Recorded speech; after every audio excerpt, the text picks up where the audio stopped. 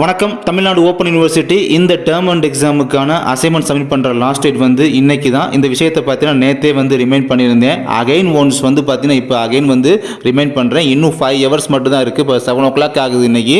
இன்னும் 5 hours மட்டும் தான் இருக்குது. 5 hours வெப்சைட்டை வந்து பார்த்தீங்கன்னா க்ளோஸ் பண்ணிடுவாங்க. அப்புறம் நீங்கள் அசைன்மெண்ட்டை வந்து சாஃப்ட் காப்பி அந்த பிடிஎஃப் வந்து அப்லோட் பண்ண முடியாது. அதுக்கப்புறமா இன்னும் சில பேர் புதுசாக ஜாயின் பண்ணியிருக்கிறவங்க, யூஜி பிஜி ஃபஸ்ட் இயர் படிக்கிறவங்க என்ன மாதிரி கொஸ்டின் கேட்குறீங்கன்னா, அசைன்மெண்ட் வந்து சாஃப்ட் காப்பி பிடிஎஃப் சப்மிட் பண்ணது போக அந்த நாங்கள் எழுதின அந்த ஹார்ட் காப்பி இருக்குல்ல, எழுதின பேஜஸ் அதெல்லாம் வந்து திரும்ப அதையும் நாங்கள் கொரியர் போஸ்டரில் சென்ட் பண்ணி வைக்கணும் அப்படிலாம் கேட்குறீங்க. அதெல்லாம் தேவையே இல்லை. ஒன்ஸ் ஆன்லைனில் சாஃப்ட் காப்பி பிடிஎஃப் வந்து சப்மிட் பண்ணிட்டாலே போதும், அதுவே போதுமானது.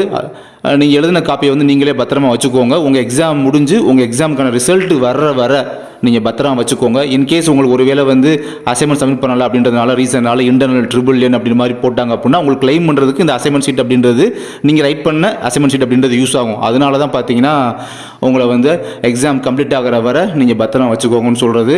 அப்புறம் இன்னும் சில பேர் பார்த்தீங்கன்னா சென்னையை சுற்றி உள்ள திருவள்ளூர், செங்கல்பட்டு, காஞ்சிபுரம் இந்த டிஸ்ட்ரிக்டில் உள்ளவங்க, இல்லாட்டி சென்னை நியர்பையாக ரொம்ப நியர்பையாக உள்ளவங்களாம் பார்த்தீங்கன்னா டேரெக்டாகவே சைதாப்பேட்டை அங்கே அட்ரஸ்க்கு போய் அதான் சைதாப்பேட்டை நம்ம யூனிவர்சிட்டியில் டேரெக்டாக வந்து அசைன்மெண்ட் கொடுத்தோம் அப்படின்னா அசைன்மெண்ட்டை நம்ம சப்மிட் பண்ணுறோம் அப்படிங்கிறதுனால ரிசிப்ட் ஒன்று கொடுப்பாங்க.